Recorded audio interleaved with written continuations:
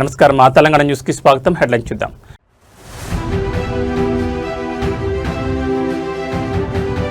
రోమ్లో Modi Meloni హల్చల్, అర్ధరాత్రి విందు, చారిత్రాత్మక కొలీజియంలో స్పెషల్ వాక్.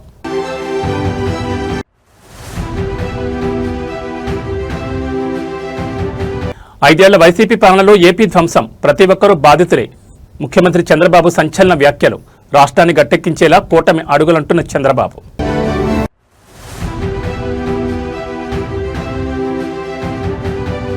పాలమూరు ప్రాజెక్టులపై సీఎం రేవంత్ రెడ్డి శరవేగంగా అడుగులు, ల్యాండ్ అక్విజిషన్ బిల్లులపై క్లియర్ కట్ ఆర్డర్స్.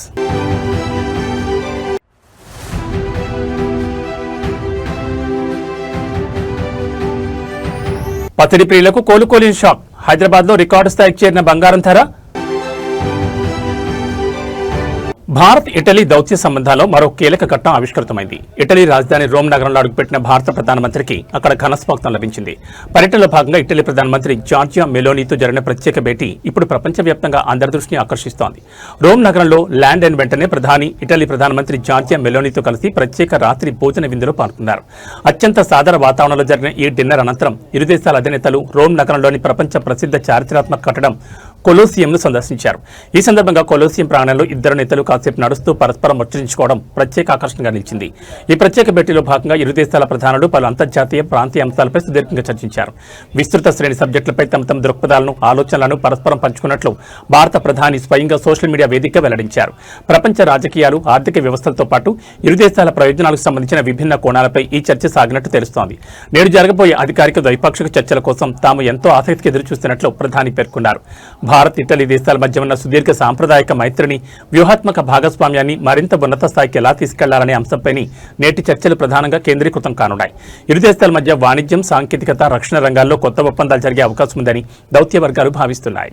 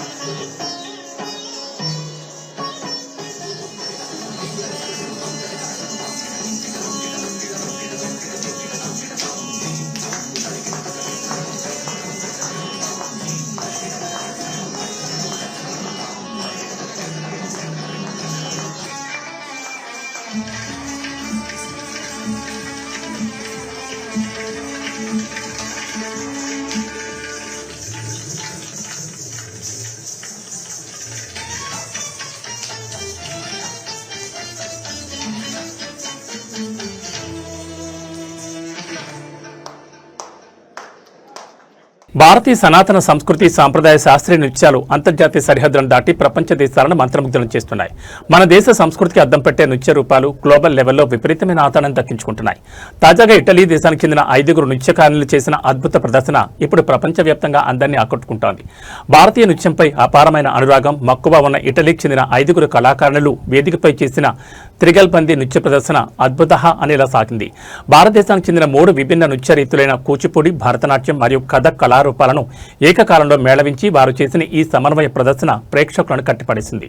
భారతీయ నృత్యాల ఆత్మను వారు పట్టుకున్న తీరు ప్రశంసలు అందుకుంటోంది. ఈ విశేష ప్రదర్శనలో స్వామిని ఆత్మానందగిరి, మార్టినా మీనాక్షి అర్గడాలు, క్రెజియా మానిస్కోటి, వలేరియా వెస్పాజియాని మరియు రొసెల్లా ఫనేలి అనే 5 ఇటాలియన్ నృత్యకారులు పాల్గొన్నారు. సాంప్రదాయ భారతీయ నృత్య దుస్తులు ధరించి మన ముద్రలు, హావభావాలు, పాదాల విన్యాసాలను వారు అత్యంత నిష్ణాతులైన భారతీయ కళాకారుల తరహాలోనే ప్రదర్శించారు. వేల మైళ్ళ దూరంలో ఉన్న ఇటలీ దేశంలో పుట్టి పెరిగిన భారతీయ నృత్య కళను శ్వాసించి ఇంతటి పరిణితితో ప్రదర్శించడం వారి అంకిత భావానికి నిదర్శనం. భారతీయ శాస్త్రీయ నృత్యాన్ని విశ్వవేదికపై సగర్వంగా నిలబెట్టిన ఈ ఇటాలియన్ కళాకారుల ప్రతిభ నిజంగా ప్రతి ఒక్క భారతీయుడు గర్వించదగ్గ విషయం. మన కూచిపూడి, భరతనాట్యం, కథక్ నృత్యాల గ్లోబల్ ప్రయాణం ఇలాగే దిగ్విజయంగా కొనసాగాలని అందరూ ఆకాంక్షిస్తున్నారు.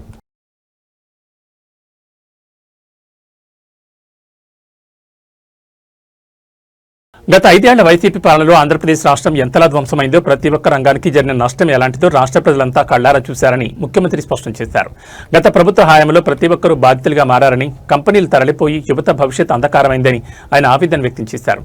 గత ప్రభుత్వ తుగ్లక్ నిర్ణయాల వల్లే రాష్ట్రానికి రావాల్సిన ప్రతిష్టాత్మక కంపెనీలు పక్క రాష్ట్రాలకు తరలిపోయాయని విమర్శలు మొదటి నుంచి ఉన్నాయన్నారు.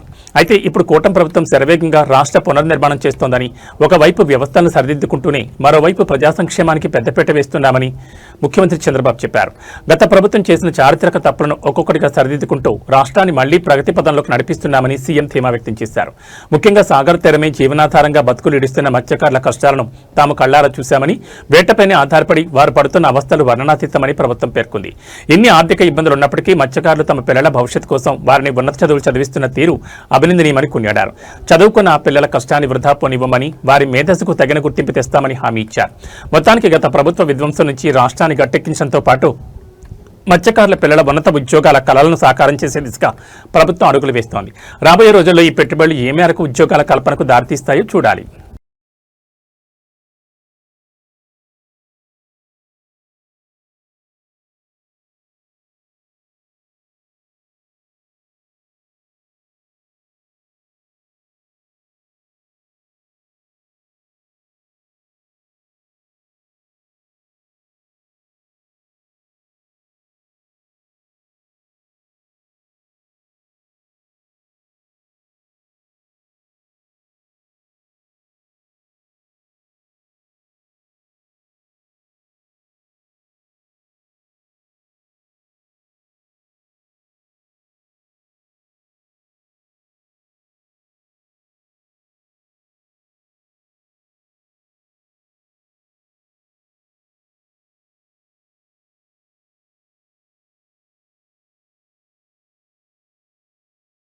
ధైర్యానికి ప్రతీక, నిజాయితీకి మారుపేరు, ప్రజాసేవకు చిరస్మరణీయ చిహ్నంగా నిలిచిన మహోన్నత నాయకుడు ఆంధ్ర కేసరి టంగుటూరి ప్రకాశం పంతులు.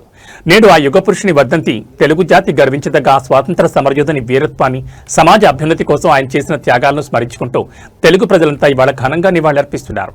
బ్రిటిష్ పాలకుల అణచివేతకు, నిరంకుశత్వానికి ఏనాడు భయపడలేదు టంగుటూరి.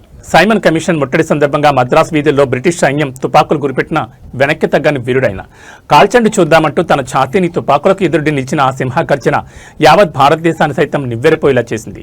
ఆ ఆకుంఠిత దీక్ష, అసాధారణ సాహసమే ఆయనను ప్రజల గుండెల్లో ఆంధ్రకేసరిగా చిరస్థాయిగా నిలబెట్టాయి. బారిస్టర్గా లక్షల రూపాయల సంపాదనను సైతం తృణప్రాయంగా వదిలేసి దేశ స్వాతంత్ర్యం కోసం సర్వస్వాన్ని త్యాగం చేసిన గొప్ప దేశభక్తుడైన, తెలుగు ప్రజల కోసం ప్రత్యేక రాష్ట్రం సిద్ధించిన వేళ నూతన ఆంధ్ర రాష్ట్రానికి మొదటి ముఖ్యమంత్రిగా బాధ్యతలు చేపట్టి నవ్యాంధ్ర నిర్మాణానికి బలమైన పునాదులు వేశారు. పేద ప్రజల హక్కుల కోసం, సమాజంలో వెనుకబడిన వర్గాల అభ్యున్నతి కోసం ఆయన నడిచిన మార్గం, అనుసరించిన విధానాలు నేటి తరాల రాజకీయ నాయకులకు, యువతకు ఎప్పటికీ ఒక గొప్ప స్ఫూర్తిదాయకం. భౌతికంగా ఆయన మన మధ్య లేకపోయినా ఆయన చూపిన ధైర్యం, ఆశయాలు తెలుగు నేలపై ఎప్పటికీ సజీవంగానే ఉంటాయి. ఆ మహనీయుని వర్ధంతి సందర్భంగా ఆంధ్రకేసరి టంగుటూరి ప్రకాశం పంతులు స్మృతులకు, ఆయన చేసిన అమోఘమైన సేవలకు పలువురు నివాళులర్పిస్తున్నారు.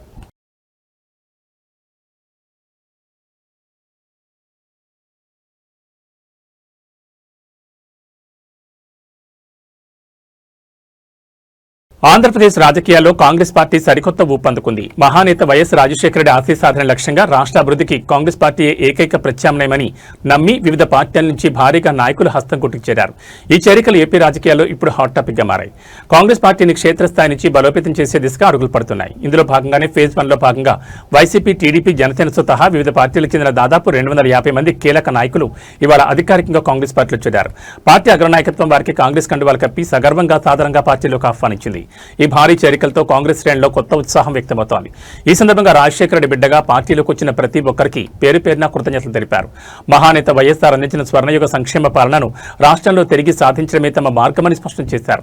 వైఎస్ఆర్ ఐడియాలజీని, ఆయన ఆశయాలను బ్రతికించుకోవడానికి మళ్లీ సొంత గూడైన కాంగ్రెస్ పార్టీలోకి తిరిగి వస్తున్న ప్రతి ఒక్క వైఎస్ఆర్ అభిమానికి, నాయకుడికి హృదయపూర్వక ధన్యవాదాలు తెలిపారు.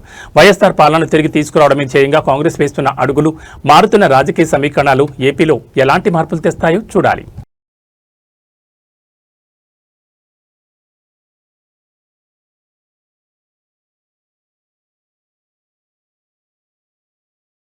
ఆంధ్రప్రదేశ్ పల్లెల సమగ్రాభివృద్ధి లక్ష్యంగా కూటమి ప్రభుత్వం సరికొత్త ప్రణాళికలతో ముందుకు సాగుతోంది. గ్రామాల్లో మౌలిక సదుపాయాల కల్పన, ఆర్థిక స్వావలంబన కోసం క్షేత్రస్థాయిలో అత్యంత పారదర్శకమైన సర్వే నిర్వహించాలని ఉప ముఖ్యమంత్రి పంచాయతీరాజ్ శాఖ మంత్రి పవన్ కళ్యాణ్ అధికారులను ఆదేశించారు. మంగళవారం జరిగిన ప్రత్యేక సమీక్షా సమావేశంలో పల్లె ప్రగతిపై ఆయన కీలక దిశానిర్దేశం చేశారు. ప్రతి గ్రామంలో ప్రస్తుతం ఉన్న వసతులు, ఇంకా కావాల్సిన అవసరాలు ఏంటనే కోణంలో సమగ్ర సర్వే జరగబోతోంది. పంచాయతీ భూములు, పోరంబోకు స్థలాలు, శ్మశాన వాటికల పూర్తి వివరాలను డిజిటల్ రికార్డ్ చేయాలని డిప్యూటీ సీఎం సూచించారు. ఇకపై గ్రామాల్లో రోడ్ల పర్యవేక్షణకు, డూప్లికేషన్కు చెక్ పెట్టేందుకు సరికొత్త శాటిలైట్ జియో ట్యాగింగ్ టెక్నాలజీని వాడుతున్నట్లు ప్రకటించారు. దీనివల్ల పనులు ఎక్కడి వరకు వచ్చాయో ప్రజలు కూడా ఆన్లైన్లో నేరుగా చూసే వీలుంటుంది.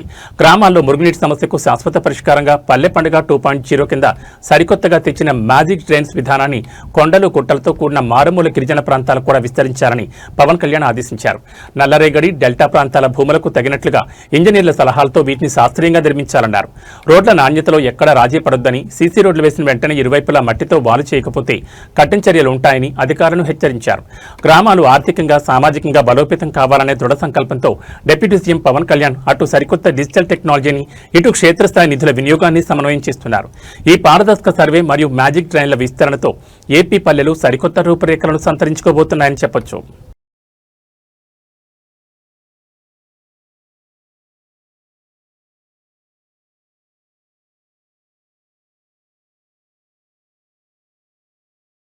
ఉమ్మడి మహబూబ్ నగర్ జిల్లా సాగునీటి ప్రాజెక్టులపై ముఖ్యమంత్రి రేవంత్ రెడ్డి శరవేగంగా అడుగులు వేస్తున్నారు. హైదరాబాద్లోని ఎంసీఆర్ హెచ్ఆర్డీ సంస్థలో పాలమూరు జిల్లాకు చెందిన మంత్రులు, ప్రజాప్రతినిధులతో సీఎం ఇవాళ ఉన్నత స్థాయి సమీక్ష సమావేశం నిర్వహించారు. ఉమ్మడి జిల్లాలోని పెండింగ్ ప్రాజెక్టులను త్వరితగతిన పూర్తి చేసి కరువు నేలకు సాగునీరు అందించడమే లక్ష్యంగా సీఎం కీలక ఆదేశాలు జారీ చేశారు. పాలమూరు జిల్లాకు గుండెకాయ లాంటి పాలమూరు రంగారెడ్డి ఎత్తిపోతల ప్రాజెక్టుపై ముఖ్యమంత్రి ప్రత్యేకంగా ఫోకస్ పెట్టారు. ఈ ప్రాజెక్టు సంబంధించి ఇంకా పెండింగ్లో ఉన్న భూసేకరణ ప్రక్రియను మంత్రులు, ఎమ్మెల్యేలు దగ్గరుండి యుద్ధ ప్రాతిపదికన పూర్తి చేయించాలని సీఎం ఆదేశించారు. భూసేకరణ నిధుల విషయంలో ప్రభుత్వం వైపు నుంచి ఎలాంటి జాప్యం జరగకుండా లబ్ధిదారులకు వెంటనే చెల్లింపులు జరిగేలా చూస్తామని ముఖ్యమంత్రి ప్రజాప్రతినిధులకు హామీ ఇచ్చారు. ఒక్క పాలమూరు, రంగారెడ్డి మాత్రమే కాకుండా ఉమ్మడి జిల్లాలోని ఇతర చిన్న, పెద్ద సాగునీటి ప్రాజెక్టులకు సంబంధించిన భూసేకరణను కూడా వీలైనంత త్వరగా పూర్తి చేయాలని ముఖ్యమంత్రి స్పష్టం చేశారు. ప్రాజెక్టు పనులకు సంబంధించి కాంట్రాక్టర్లకు ఉన్న పెండింగ్ బిల్లులను చెల్లించేందుకు ప్రభుత్వం పూర్తిగా సిద్ధంగా ఉందని సీఎం ప్రకటించారు. దీనివల్ల పనుల్లో ఎలాంటి జాప్యం జరగకుండా వేగం పెరుగుతుందని ఆయన ఆశాభావం వ్యక్తం చేశారు. ఉమ్మడి పాలమూరు జిల్లాను సస్యశ్యామలం చేయడమే లక్ష్యంగా ముఖ్యమంత్రి రేవంత్ రెడ్డి స్వయంగా రంగంలోకి దిగి నిధుల కొరత లేకుండా చూస్తామని భరోసా ఇవ్వడం ఇటు ప్రజాప్రతినిధుల్లో, అటు జిల్లా రైతాంగంలో కొత్త ఆశలు రేకెత్తిస్తోంది. మరి యుద్ధ ప్రాతిపదికన జరగబోయే ఈ భూసేకరణతో పాలమూరు ప్రాజెక్టులు ఎప్పటికి పూర్తవుతాయో చూడాలి.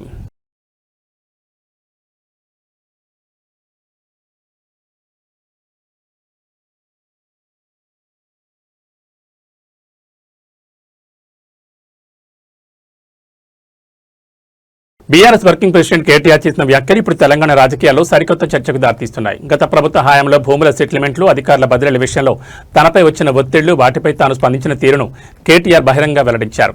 మీడియా ముందే ఆయన చేసిన ఈ కామెంట్స్ ఇప్పుడు హాట్ టాపిక్ గా మారాయి. ల్యాండ్ సెటిల్మెంట్లు, అధికారుల బదిలీల వ్యవహారాలపై కేటీఆర్ కీలక వ్యాఖ్యలు చేశారు.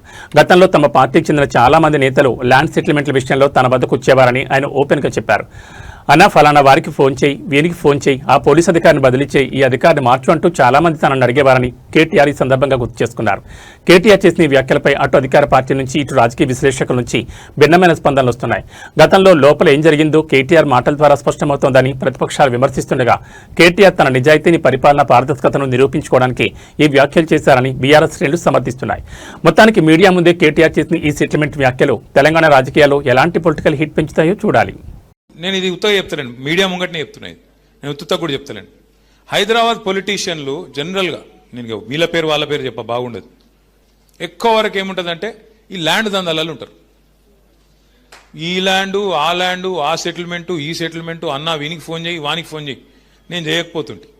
హైదరాబాద్ నాయకులకు ఇంకొకటి ఉంటుంది, నేను పేర్లు చెప్తే బాగుండదు ఇప్పుడు, కానీ తెల్లారలేస్తే ఈ ఏసీపీ నెయ్యి, ఆ సిఐ నెయ్యి, ఆ ఎస్ఐ నెయ్యి, గీ ఎంఆర్ఓ నెయ్యి, గా ఎంఆర్ఓ నెయ్యి, గీ జెడ్సీ, గా జెడ్సీ, గా డీసీ, గీ డీసీ. సిన్న నేను అడుగుతుంటే నీకు ఎవరైనా కావాలా అని, వాళ్ళు అడుగుతున్నారు, మరి నీకు ఎవరైనా కావాలి.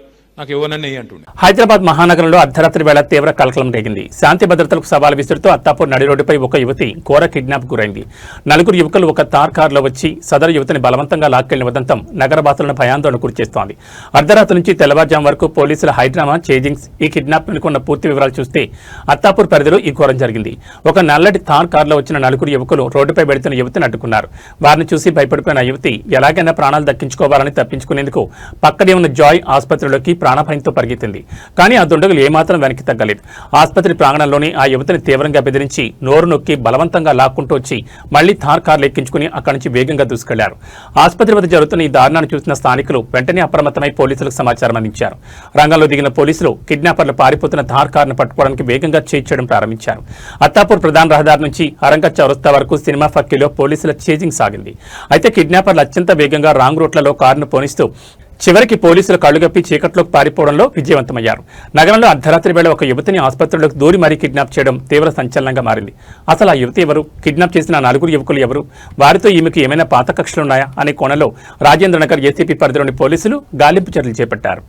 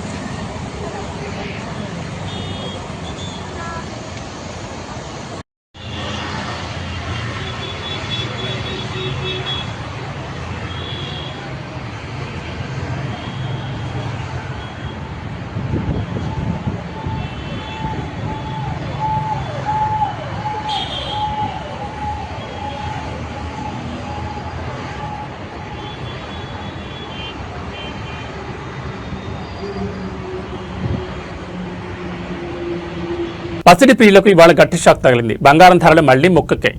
అంతర్జాతీయ మార్కెట్ ప్రభావంతో పాటు స్థానిక బులియన్ మార్కెట్లో డిమాండ్ పెరగడంతో హైదరాబాద్లో బంగారం ధరలు ఇవాళ భారీగా పెరిగాయి. ఏకంగా 1000 రూపాయలకు పైగా ధరలు ఎగబాకడంతో కొనుగోలుదారులు లబోదిబోమంటున్నారు. హైదరాబాద్ బులియన్ మార్కెట్లో ఇవాళ పసిడి ధరలు ఒక్కసారిగా రెక్కలు తొడిగాయి. అత్యంత స్వచ్ఛమైన 24 క్యారెట్ల 10 గ్రాముల పసిడి ధర ఏకంగా 1310 రూపాయలు ఎగబాకింది. ఈ భారీ పెరుగుదలతో ప్రస్తుతం మార్కెట్లో తులం బంగారం ధర రికార్డు స్థాయిలో 1,58,350కు చేరింది. నిన్నటి వరకు కాస్త నిలకడగా ఉన్న ధరలు ఇవాళ ఒక్కసారిగా పెరగడం మార్కెట్ వర్గాలను సైతం ఆశ్చర్యానికి గురిచేస్తోంది. కేవలం 24 క్యారెట్లే కాదు, సాధారణంగా ఆభరణాల తయారీకి ఉపయోగించే 22 క్యారెట్ల 10 గ్రాముల గోల్డ్ రేట్ కూడా భారీగా పెరిగింది. తులంపై ఏకంగా 1200 పెరిగినట్లు బులియన్ మార్కెట్ వర్గాలు వెల్లడించాయి. దీంతో ఇవాళ మార్కెట్లో 22 క్యారెట్ల తులం బంగారం ధర 1,45,150 రూపాయలు పలుకుతోంది. పెళ్లిళ్ల సీజన్ కావడం, అటు ఆభరణాల దుకాణాల్లో కొనుగోలు పెరగడంతో ఈ ప్రభావం రేట్లపై స్పష్టంగా కనిపిస్తోంది. అయితే ఈ ధరలు కేవలం హైదరాబాద్ బులియన్ మార్కెట్ లెక్కింపుల ప్రకారమే ఉంటాయి. 2 తెలుగు రాష్ట్రాలైన ఆంధ్రప్రదేశ్, తెలంగాణలోని వివిధ ప్రాంతాలను బట్టి స్థానిక పన్నులు, రవాణా ఛార్జీలు మరియు ఆభరణాల తయారీ, మేకింగ్ ఛార్జీలను బట్టి వివిధ నగరాల్లో ఈ ధరలు స్వల్ప తేడాలుండొచ్చని మార్కెట్ నిపుణులు చెబుతున్నారు. విజయవాడ, విశాఖపట్నం, వరంగల్ వంటి నగరాల్లో రేట్లు స్వల్పంగా అటు ఇటుగా ఉండే అవకాశం ఉంది. పసిడి ధరలు ఇలా నింగిని తాకుతుండటంతో సామాన్యుడు బంగారం కొనాలంటేనే భయపడే పరిస్థితి వస్తోంది.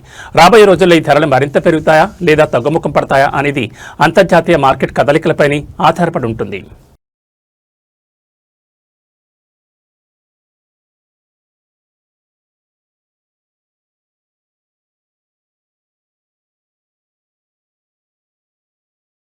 గ్లోబల్ టెక్ రంగంలో లే ఆఫ్స్ కలకలం మళ్లీ మొదలైంది. ప్రముఖ సోషల్ మీడియా దిగ్గజం మోటా తన ఉద్యోగులకు ఊహించని షాక్ ఇచ్చింది.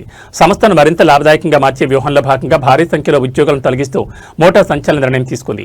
అటు ప్రొఫెషనల్ నెట్వర్కింగ్ ప్లాట్ఫామ్ లింక్డ్ఇన్ కూడా ఇదే బాటలో పయనిస్తోంది. మోటా సంస్థ తన మొత్తం వర్క్ ఫోర్స్లో ఏకంగా 10% మందిని తొలగించే ప్రక్రియను ప్రారంభించింది.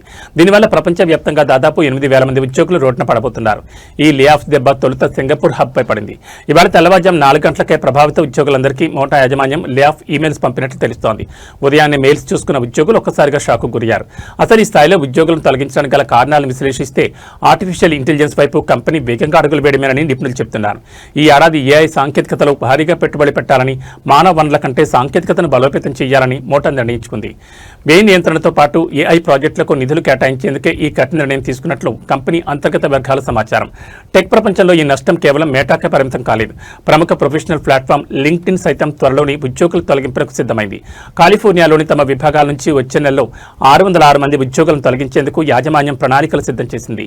ఈ వరుస లేఆఫ్స్ పరిణామాలు టెక్ నిపుణులను, సాఫ్ట్వేర్ ఇంజనీర్లను తీవ్ర ఆందోళనకు నెట్టేస్తున్నాయి. ఆర్టిఫిషియల్ ఇంటెలిజెన్స్ విస్తృతి పెరుగుతున్న కొద్దీ సాంప్రదాయ ఐటీ, టెక్ ఉద్యోగులపై దాని ప్రభావం స్పష్టంగా కనిపిస్తోంది. మేటా, లింక్డ్ఇన్ సంస్థల నిర్ణయాలతో రాబోయే రోజుల్లో ఇతర టెక్ కంపెనీలు కూడా ఇవే చర్యలు చేపడతాయా అనే భయం ఐటీ వర్గాల్లో నెలకొంది.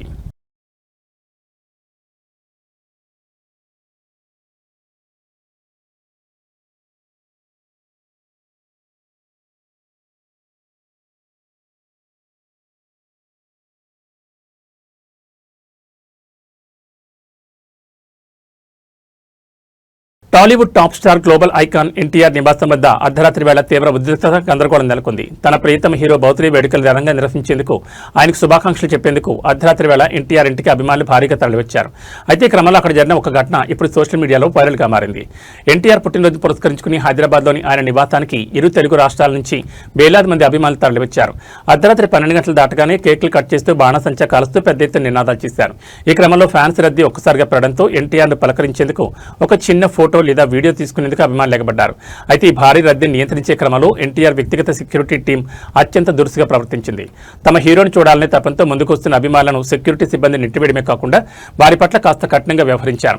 దూర ప్రాంతాల నుంచి ఎంతో ప్రేమతో వచ్చిన ఫ్యాన్స్ పై సెక్యూరిటీ గార్డ్స్ అలా చేతులు వేయడం అక్కడ ఉన్న వారందరినీ తీవ్ర అసంతృప్తికి గురిచేసింది.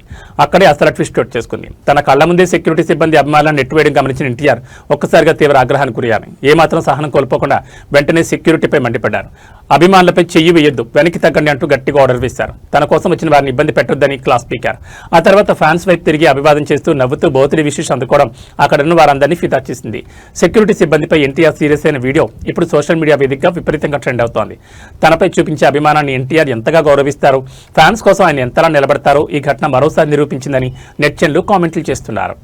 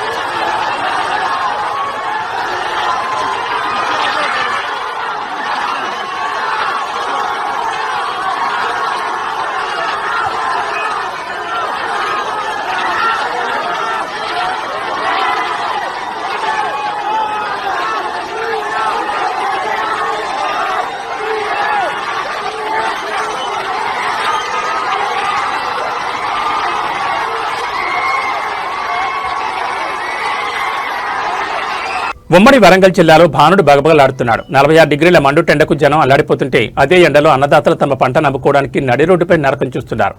మహబూబాబాద్ జిల్లాలో మొక్కజొన్న రైతుల ఆరికోస వర్ణనాతీతంగా మారింది. రోడ్లపై, మార్కెట్ యార్డులో కొనే దిక్కు లేక, అడిగే నాథుడు లేక రైతాంగం కన్నీరు మున్నీరవుతోంది. మహబూబాబాద్ జిల్లా కేంద్రంతో పాటు నియోజకవర్గ పరిధిలోని పలు కొనుగోలు కేంద్రాల వద్ద మొక్కజొన్న రైతుల పరిస్థితి అత్యంత దయనీయంగా మారింది. ఆకాశం నుంచి నిప్పుల వర్షం కురుస్తున్నట్లుగా 46 డిగ్రీల ఉష్ణోగ్రత నమోదవుతున్న కష్టపడి పండించిన మొక్కజొన్న పంటను అమ్ముకోవడానికి రైతులు రోజుల తరబడి నిరీక్షిస్తున్నారు. ఎండ దెబ్బకు తట్టుకోలేక, కనీసం నీడ కూడా లేక కళ్లాల వద్ద రైతులు అల్లాడిపోతున్నారు. క్షేత్రస్థాయిలో అన్నదాతలు ఇంతలా అల్లాడుతుంటే జిల్లాకు చెందిన మంత్రులు, ఎమ్మెల్యేలు మాత్రం ఏసీ గదులకే పరిమితమయ్యారనే విమర్శలు వినిపిస్తున్నాయి. ఓట్ల కోసం గ్రామాల చుట్టూ తిరిగిన ప్రజాప్రతినిధులు ఇప్పుడు పంట చేతికొచ్చి రైతులు రోడ్లపై ఇబ్బంది బాధపడుతుంటే కన్నెత్తి కూడా చూడడం లేదని రైతాంగం మండిపడుతోంది. రైతులకు 46 డిగ్రీల మండుటెండ, పాలకులకు మాత్రం ఏసీ గదుల అండ అంటూ జిల్లాలో రైతులు తీవ్ర ఆగ్రహం వ్యక్తం చేస్తున్నారు. మార్కెట్లో తగిన మద్దతు ధర రాకపోగా ప్రభుత్వ కొనుగోలు కేంద్రాల్లో తూకాలు సకాలంలో కాకపోవడంతో రైతులు తీవ్ర నష్టాలను చవిచూడాల్సి వస్తోంది. తేమ శాతం పెరుగుతూ రంగు మారిందన్న నెపంతో కొనుగోళ్లలో జాప్యం చేయడం వల్ల అటు వ్యాపారులు తక్కువ ధరకు అడుగుతూ దోపిడీకి తెరలిపారని రైతులు ఆవేదన వ్యక్తం చేస్తున్నారు.